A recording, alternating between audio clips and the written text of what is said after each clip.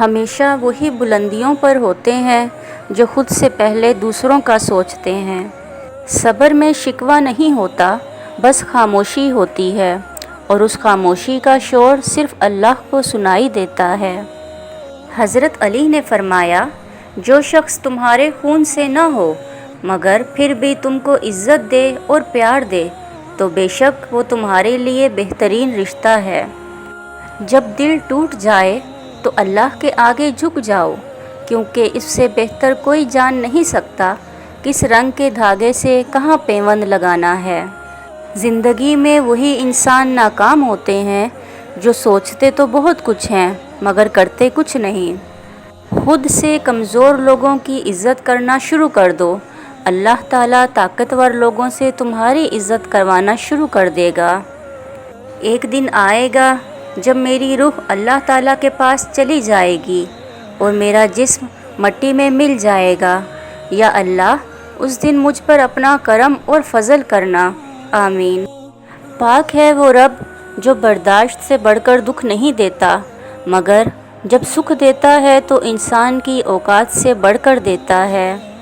جب آپ اپنی خوشیوں کا گلا گھونٹ کر پریشان حالوں کی مدد کرتے ہیں تو خوشی خود بخود آپ کی طرف سفر کرتی ہے، اور جو شخص خود کو خواہ محتاج بناتا ہے وہ محتاج ہی رہتا ہے۔ حضرت امام علی علیہ السلام نے فرمایا، خرچ کرو، دکھاوا نہ کرو، اور خود کو اس لیے بلند نہ کرو کہ تمہیں پہچانا جائے اور تمہارا نام ہو، بلکہ چھپے رہو اور خاموشی اختیار کرو، سلامت رہو گے۔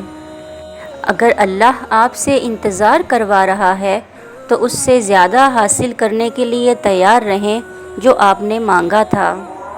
آپ صلی اللہ علیہ وآلہ وسلم نے فرمایا، جو شخص اپنے بھائی کی ضرورت پوری کرے گا اللہ تعالیٰ اس کی ضرورت پوری کرے گا۔ حضرت ابو بکر صدیق نے فرمایا، کسی کو دکھ دینے والا کبھی خوش نہیں رہ سکتا۔ لوگوں سے انتقام مت لیا کریں، خراب پھل خود ہی درخت سے گر جاتا ہے۔ انسان کتنا ہی امیر کیوں نہ بن جائے، تکلیف بیچ نہیں سکتا اور سکون خرید نہیں سکتا۔ میں نے میری قسمت کو اللہ پر چھوڑ دیا ہے، اس لیے نہیں کہ اللہ بہتر کرے گا، بلکہ اس لیے کہ اللہ سے بہتر کوئی کر ہی نہیں سکتا۔ اگر کسی کی تکلیف دیکھ کر تمہیں تکلیف ہونے لگے تو سمجھ لینا تم اللہ کے بنائے ہوئے بہترین انسان ہو۔ اس کے در پہ سکون ملتا ہے، اس کی عبادت سے نور ملتا ہے۔ جو جھک گیا اللہ کے سجدے میں اسے کچھ نہ کچھ ضرور ملتا ہے۔ Please like and subscribe my channel. Thank you.